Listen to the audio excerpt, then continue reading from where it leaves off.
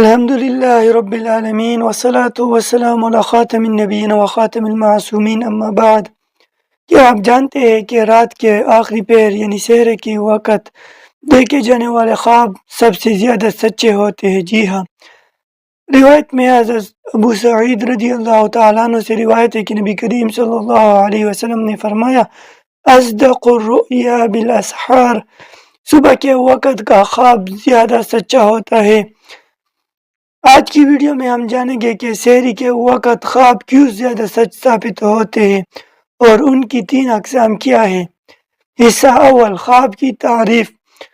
لغوی طور پر رؤیا خواب کا جمع ہے، یعنی خوابوں کی متعدد صورتیں قرآن کریم میں بھی ہے۔ افتونی فی رؤیا، یعنی خواب کے ذریعے مشورہ لینا۔ سحری سے پہلے یعنی رات کے آخری پہر کا وقت انسان کے دل و دماغ کو سکون فراہم کرتا ہے، اسی وجہ سے اس وقت کے خواب زیادہ اثر رکھنے والے ہوتے ہیں۔ حصہ دوم، خواب کی 3 اقسام۔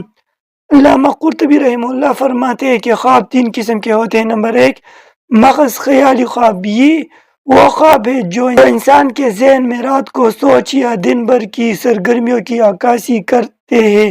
نمبر 2، بشارت الہیہ۔ یہ خواب اللہ کی طرف سے ہدایت یا بشارت کے لیے دیے جاتے ہیں اور حدیث میں اسے اصدق الرؤیا یعنی سب سے سچا خواب کہا گیا ہے۔ نمبر 3، شیطانی خواب۔ یہ خواب انسان کو ڈرانے یا پریشان کرنے کے لیے شیطان کے اثرات کی نمائندگی کرتے ہیں۔ حصہ سوم، سحری کے وقت خواب سچ کیوں ہوتے ہیں؟ سحری کے وقت خواب سچے ہونے کی 3 اہم وجوہات ہیں۔ نمبر 1، دل و دماغ کا سکون۔ رات کے آخری پہر میں انسان ذہنی طور پر آرام دہ ہوتا ہے۔ نمبر 2، نزول فرشتوں کا وقت۔ اس وقت ملائکہ زمین پر اترتے ہیں اور روحانی برکت زیادہ ہوتی ہے۔ نمبر 3، اللہ کی قربت۔ اللہ تعالیٰ اس وقت اپنے بندوں کے قریب تشریف فرماتے ہیں۔ اسی وجہ سے سحری کے وقت دیکھے گئے خواب اکثر سچے اور رہنمائی دینے والے ثابت ہوتے ہیں۔ خلاصہ، آج ہم نے سیکھا کہ سحری کے وقت خواب سب سے زیادہ سچے ہوتے ہیں۔ خواب 3 قسم کے ہوتے ہیں: خیالی، بشارت اور شیطانی۔ سحری کے وقت دل کی سکونت، فرشتوں کی موجودگی اور اللہ کی قربت خوابوں کو سچا بناتی ہے۔ ہمیں چاہیے کہ ہم اپنے خوابوں کی صحیح تشریح میں صبر کریں اور اللہ سے رہنمائی طلب کریں، اور ایک یہ بات بھی ذہن میں رکھیں کہ یہ لفظ خواب ہے، خواب نہیں۔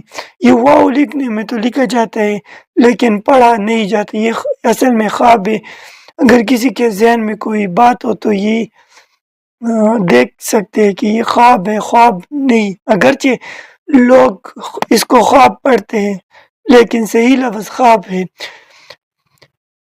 اگر آپ کو یہ ویڈیو پسند آئے تو لائک کریں اور چینل کو سبسکرائب کریں اور دوستوں کے ساتھ ضرور شیئر کریں تاکہ ہم مزید اسلامی حکایات اور روایات آپ تک پہنچا سکیں۔